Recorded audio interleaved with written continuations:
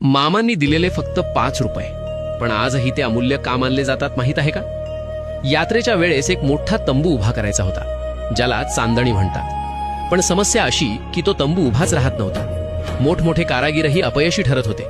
तेव्हा मामांनी शांतपणे एक नाव घेतलं, धोंडीबा सुतार. सर्वांच्या नजरा त्याच्याकडे वळल्या. हा साधा सुतार काय करणार असा प्रश्न सगळ्यांच्या मनात.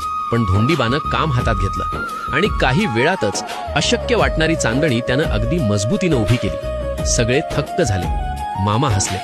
त्यांनी त्याच्या पाठीवर प्रेमानं थाप दिली आणि त्याला दिले चांदीचे फक्त 5 रुपये.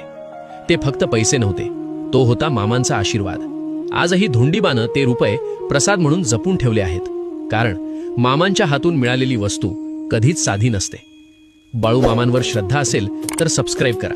तुमच्या एका सबस्क्राईबमुळे मामांचे चरित्र जगभरात पोहोचेल. या पुण्यकर्मात सहभागी व्हा आणि आत्ताच चॅनलला सबस्क्राईब करा. जय बाळू मामा.